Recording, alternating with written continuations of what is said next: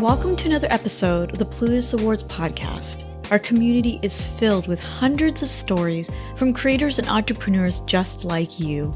And through this show, we share these stories of challenges and successes, from bloggers to podcasters to writers, speakers, and more. Today's guests are Vicki Cook and Amy Blacklock, authors of Estate Planning 101 and co-founders of the award-winning personal finance website, Women Who Money.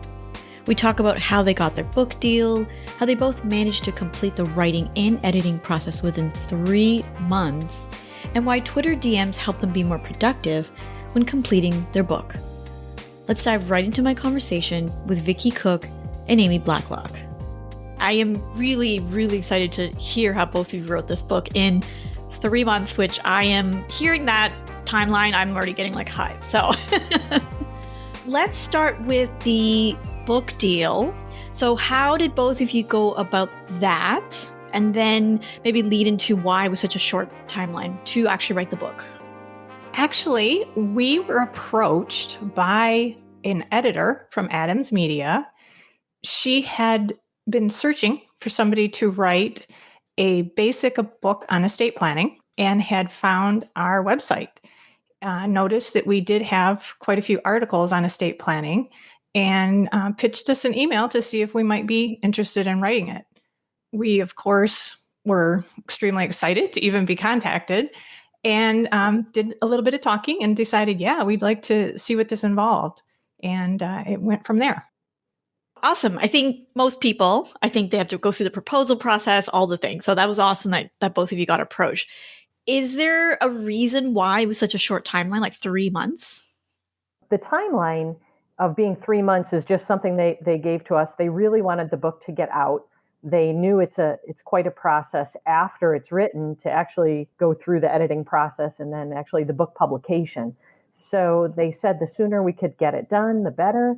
They actually wanted it in a little bit less than 3 months, and we pushed them out a couple weeks, knowing that we needed with the holidays too. It was from October till the middle of January, so we knew the holidays would slow us down a little bit as well.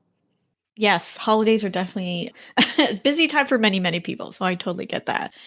All right. So you pushed back. They approached you because they wanted to make sure that I guess it sounds like they wanted to have their sort of marketing ducks in a row when the book was officially out. Is that correct? Yeah, they obviously with COVID and the pandemic, a lot more attention has been placed on estate planning and the importance of it. So I think they really wanted to capitalize on that. And then, yes, they knew there would be an editing process and, of course, some marketing efforts.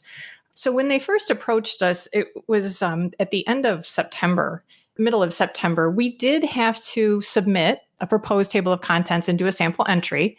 And then it took a couple weeks before they got back to us and said they loved it and then actually offered us a verbal contract. Then that took another couple weeks to get that all, signed and whatnot. And so by the time we actually received a signed contract, it was about October 25th. And that gave us literally 3 months to get it done. Yeah, which again, I'm just getting hives hearing about it. It's like so intense. I'm really curious about the logistics of how both of you managed to, let's say, get the outline, even write parts of the book. So tell me, did you both meet online? Like, how did you make it work? I guess an overview of that. Well, Amy worked a lot on the outline. The crazy thing is I had accepted a job. This is Vicki. I had accepted a job substitute teaching during COVID to cover a mom who was on maternity leave. So Amy actually really delved into the outline and got it all set up, all organized. So she's definitely, the kudos to her go to that. But then when we started the writing, we broke it up by topic.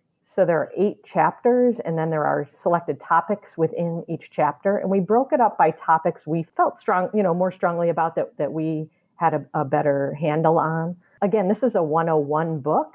So one of the reasons we were chosen is because we have leveled content on our site.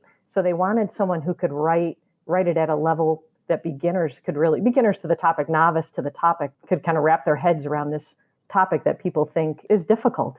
So that's why we were one of the reasons we were chosen. But we split it up based on some of our strengths and then some of it just because we had to get it done. So we just dove in. Can you talk to me about some of the topics that maybe both of you felt like you were really strong in? How did you divvy up those?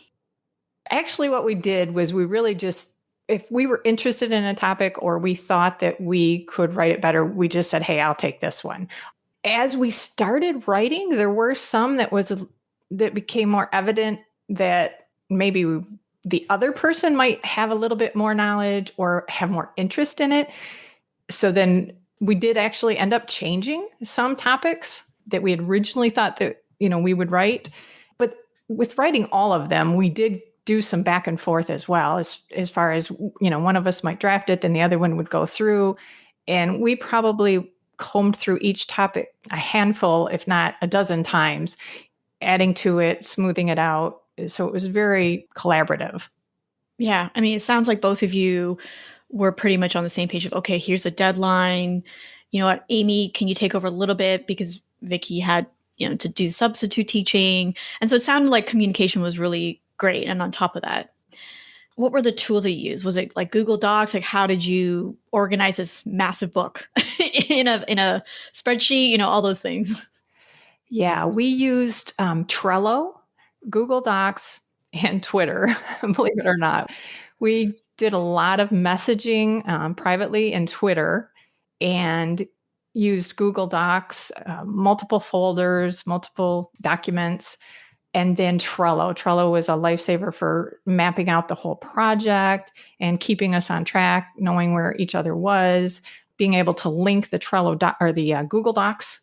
We used Twitter probably a little too much sometimes. We would put ideas there and then we'd be going back and forth. So then we would lose some of the stuff there. So not highly recommended, but yet it was a very good tool for us to use to quickly communicate. I love asking this question because I always get the most interesting answers in Twitter. I would have never personally have been like, that's an interesting place but I use Facebook Messenger a lot. So maybe that's similar. And then I get distracted scrolling, right? I don't know if that happened to you, but it does to me. I think we needed that though, too, because that brought the lightness to it.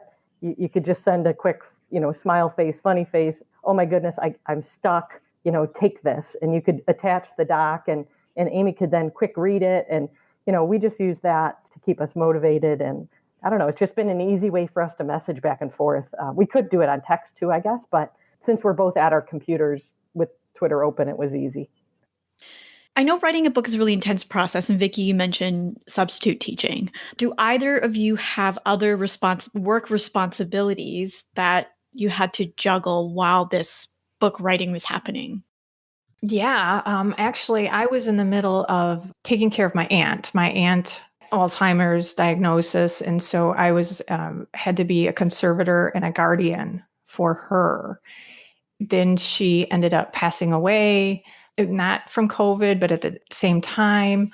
So there was a lot going on in my life as well, with that. And then just grandkids, kids, my mom, just a lot of life things like that. But I did not work outside of the home, but it was also managing our business as well. Women Who Money is one of our blogs, and we have a couple others. And so some managing of that and doing all the behind the scenes work for the business financially and whatnot. Yeah, and I had accepted the teaching job before this came along.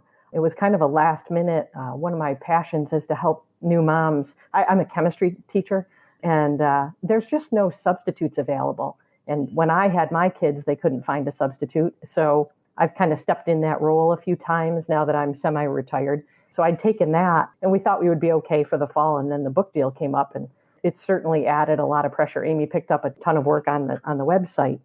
I was busy. Again, it was COVID too. So, and it wasn't in my hometown. So I was doing some commuting, and it was a crazy time. But, sometimes when you're busier, you get more done too. That's one thing we find. We have like the seasons of work, right? You work really intensely hard for 3 or 4 months, and then we pull back a little bit for a few months.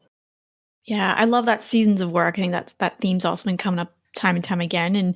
And you're right about when you're crunched for time. And I always joke, like, my son's my greatest productivity hack, because after he was born, I was writing and doing a lot more stuff than I was before that. And something I'm really curious about too is when it comes to work seasons or like really busy seasons, a lot of self-employed people or business owners really have to navigate expressing needs and their boundaries. And so it sounds like with both of you, it was with each other, it was pretty good in terms of like expressing what you needed from each other, maybe boundaries.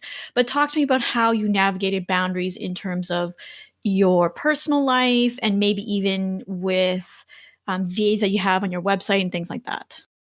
Go ahead, Vicki. Well, our husbands are certainly our biggest advocates, and they're friends too, which is nice. So even though we don't live in the same state, although we are going to live in the same area very soon, so they're really good about just supporting us in everything that we do. And I think we're good about, I'll take this, you take that. We can kind of tell from what's going on in life when one of us needs some extra time. But having a supportive family is certainly helpful. Yeah, fortunately, Vicki and I have now been business partners, over 3 years now. So we know each other pretty well, and we're so similar. It's crazy how similar we are, and even our husbands are in the sense of how they take care of us and support us and whatnot. So we could kind of sense, I think, when the other one was getting overwhelmed or frustrated or starting to reach a level of burnout. Fortunately, we were never probably in it at the same time, although there were times it was close, but we could help each other. But then on the personal level, my husband has seen me go through some real intense periods of my life. Or when we first started Women Who Money, I mean, it consumed me. I spent hours and hours, and I still do spend a lot of time on it. But he knew when I was focused that it was difficult to pull me away from things. So I let him know up front, how important this was, and that it would require a lot of our time, and it would be intense. And he's come to know me over the years, and just realized that he was better off supporting me, reminding me to eat. And I know Vicki and I laugh at that. We joke about that. Both of our husbands sometimes do. They have to remind us to eat because we get so focused and so intense things. So yeah, we couldn't say enough about our husbands and our family. That's amazing. I'm really curious about your partnership now. So you had mentioned 3 years, right? Talk to me about the logistics of that. Like maybe were there any documents, and then maybe some of the conversations that you had to build this foundation that both of you have now in this really great way you're communicating with each other and stepping up to the plate whenever the other person maybe can't. I think one thing that really helps is that we're in the same, and I hate to use seasons again, the analogy, but season of life. We're sandwich generation. We have adult children. So we're working, we don't have little kids at home. That does make a big difference. We're helping our adult children navigate some things, but we're really proud of our adult children too. They're all doing really well. But we're also dealing with, our elderly parents too, or our aging parents. I guess I wouldn't call them elderly. So, we're in that same season. So we get it when one of us messages and says, wow, got to help mom today. She's got to navigate some things. And we're the same age. We're separated by just a few months. I'm the older one by a few months. So, we just go through a lot of the same things. It's funny, our getting to this point was really different. We've both fired, we've reached this fire, and we got there in really different ways. So that's a fun part of our story too, is that we both brought really different pieces to our business relationship, but it just works. We're just really blessed that it works so well. Yeah, to go on a little bit about the differences that we do have. Vicki, she mentioned she's a chemistry teacher. She's probably more analytical than I am. That really helps. She's really good at research and making sure that we're sourcing material properly, that kind of thing. And I can be a little more big picture sometimes, a little too much sometimes, but we just bring different skills to the table, but then we share a lot of the same things, the skills, knowledge, perspectives, but there's so much similarities that it really works. But going back to how we've developed communicating over the years was, behind the scenes is, again, we started out with email and Google Drive, and then we brought on Trello and then developed some checklists within Trello to help, us stay on track. So we always kind of know where the other one is at. And just, again, a lot of Twitter DMs. And a great team, too. We have a team of 4 writers who support Women Who Money. They're just amazing people, and they're amazing writers, and they've always been behind us, too. Awesome. Bringing it back to the book a little bit, I'm really curious about the content that lives on your site to do with estate planning. A, is it a huge portion of your website, all these articles? And B, like, why was that such a big focus for you both when you started Women Who Money? It's actually, we probably have, about a dozen articles on the site about estate planning. And it is an area on our site. We have a Start Here page about estate planning that kind of has a list of the articles. It was important to us because the sandwich generation thing, and the fact that we are both have divorce and remarriage in our family. So we have our own children, we have stepchildren, and elderly parents. So, and some parents that have passed on. So we have seen the effects of not estate planning or improperly estate planning. And then, as I mentioned, I was doing the conservatorship and guardianship of my aunt. So again, having some personal knowledge in that. We never thought that we would write a book about estate planning. So it was, quite surprising and thrilling for us to even be approached about it. And of course, not being attorneys, not being subject matter experts in this, we had to get over a little bit of imposter syndrome as well. But then this was the kind of book that Adams Media was looking for. They wanted a book that was informational and easy to understand. And we just felt that we could do it with the proper research and making sure that we did our homework, I guess. One of the reasons that we address this on Women Who Money, too, is I don't know if they're myths or the misinformation about estate planning. People hear estate planning and they think, you have to have, a 7-figure, investment account and, a big house and all kinds of assets. And really, estate planning starts with some really basic documents that you can get from your doctor, from your local hospital, your advanced directives. Everyone should have those. So we really tried to write the book encompassing all of the documents people need. We're not just talking about trusts, and although trusts are very helpful for a lot of people, but it's the basic documents to start the process and to keep the conversation going, that it's such a taboo topic for some people that we need to change that conversation. And it's a part of financial planning, right? I mean, through your life, you are building an estate and you need to protect it. And you need to protect yourself and your family. You need to protect your income if something were to happen. That's why we have life insurance. It's all interrelated. So that is another reason we have it on the site. Right. And it sounds like both of you are very passionate about the topic, which is probably why they chose you, the publishers.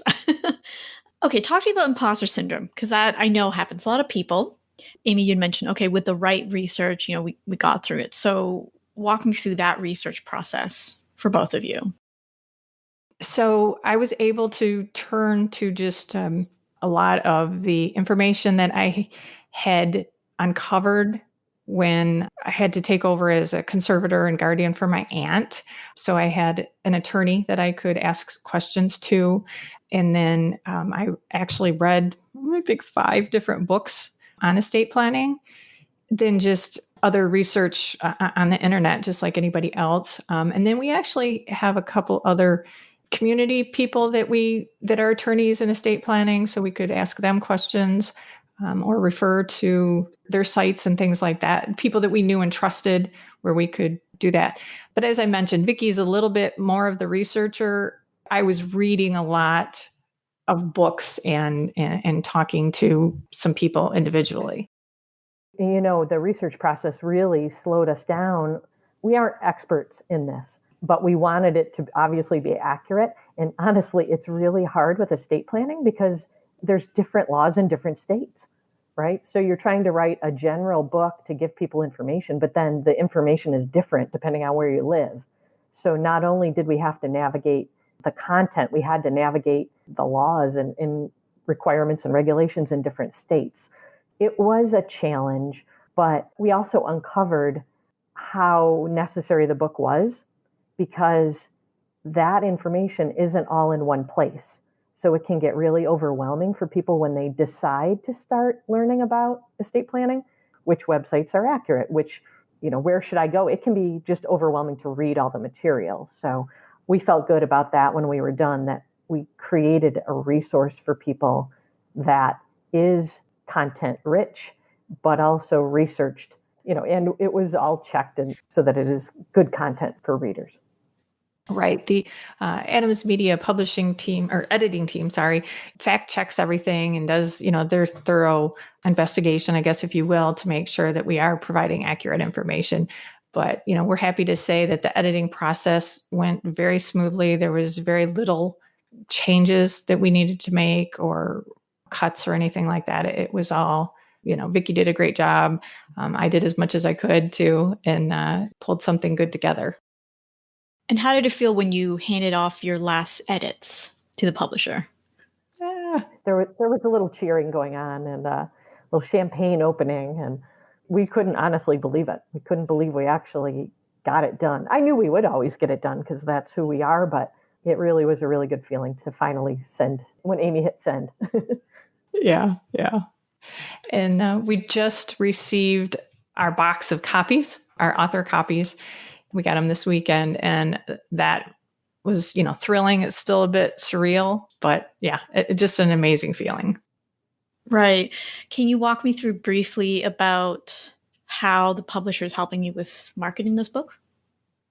Yeah, we have a PR person assigned to us, and she is contacting some media by sending out the book, and has secured us a couple talks, a radio show, podcast. That's all still being worked on. But then she also said if we had anybody that we would like to make sure got the book, that they would be happy to send out a copy of the book. So we contacted our network, community members in the personal finance space and people we knew, and secured some podcast recordings ourselves and reviews and that work. They aren't doing a ton of marketing. I know that's one thing that you hear a lot, or I've heard a lot from other authors in the personal finance space, that there isn't a lot of marketing done by the publisher. So I didn't really expect them to do a lot. So I guess I'm not sure if what we're getting is a little or a lot, honestly. One great thing is this book is part of a series that's pretty popular. It's a 101 series. So some other personal finance creators are in this series as well. Michelle Kagan is one. She's written a couple of books in this series as well, and they're excellent. So they have a following for this 101 series as well. So that's helpful. And so, okay, right, you've done your book, you hand on your edits, now you have the author copies, and you're beginning your marketing campaign for this book. What is one thing, I know it's hard, what is one thing you will take away from this experience? For me, it just, again, proves that when I set my mind to do something, I can do it. And again, the imposter syndrome creeps in, oh my gosh, I'm never going to get this done. How am I going to do this kind of thing? Everybody has those thoughts, me included. But if you stick to what you know and you just go through the steps, you'll get through it, you'll accomplish it, and have a nice product, article, book, whatnot in the end. Yeah, I would say that, I wrote a dissertation, right? I have my doctorate in educational leadership, and that isn't the only thing that defines me. This other space is also a place that I belong. I sometimes think I'm there now and not in the other, but you can have expertise in different areas. And I think the imposter syndrome is huge, though. I sometimes, even with a doctorate in education, don't say that I'm still a learner, but we can share our knowledge with other people, and it can be in different areas. And you don't have to have these big degrees in given areas to be able to write about it so people can learn. That's the most important thing, is to have confidence in yourself and believe that you can accomplish things. Amazing. So, Vicki and Amy, can you tell everybody about the name of your book and anywhere else that they can find you online? Yeah, the book is called Estate Planning 101. It's available at all the major retailers. And the best place to find both of us, honestly, is womenwhomoney.com. We both monitor email and Twitter, so you can reach out to either one of us there. Awesome. Again, Vicki and Amy, thank you both for coming on the Plutus Awards podcast. Thanks so much. Thanks so much for having us. I hope you enjoyed today's episode. Let's take a look at some lessons we can learn from my conversation with Vicki Cook and Amy Blacklock. Lesson number 1, use whatever tool you want as long as it helps you be productive. Now, as you heard in my conversation, I was a little bit surprised that both Vicki and Amy used Twitter DMs to hash out some of the ideas they had for their book and to update each other on what was going on. Now, self-admittedly, I'm on Facebook quite a lot and use Facebook Messenger quite a lot, and it does help me be productive. Now, I know social media can be a big black hole and you can get distracted, but it doesn't really matter what tool you use. If you can use either Twitter or Facebook or whatever it is that helps you be more productive and get you towards completing projects or goals, then use it. Lesson number 2 is work to be known for a topic or a niche. So for Vicki and Amy, they had quite a few articles about estate planning, and they were talking about some SEO work that they did to elevate themselves as an expert or experts in that niche. And so because of that, they were able to secure this book deal. Whatever your entrepreneurial or business goals are, think about how you can be known for a topic or niche. Maybe you only talk about those things within the personal finance space, or find some way to really kick that SEO into gear so that everything will be your search results on Google. Lesson number 3 is to establish really clear boundaries and lean on each other's strengths. Specifically with Vicki and Amy, as you can tell, they're both really great friends and really great business partners. And part of that is to be able to rely on each other's strengths and to lean back when it comes to their weaknesses. Vicki and Amy at different parts in the book writing process really took a little bit more of the driver's seat in terms of completing some content while others were going through some life stuff. And so if you work with a partner, get really, really intentional about what either of your strengths are and what are some ways that both of you can work together in order to create an amazing project. If you're working by yourself, think of the people that you can hire, whether that's a contractor or an employee or even a coach that can help you really lean into your strengths and hire up for those things that you're not really good at. Before I let you go, I do want to tell you about the Plutus Awards coming up in September 23, 2021 in Austin, Texas. The award show, co-hosted by Joe Saul-Sehy and Natalie Torres-Haddad, celebrates excellence in independent financial media. After last year's virtual awards ceremony, the Plutus Awards team is grateful that we can return in person to present a fun and meaningful event.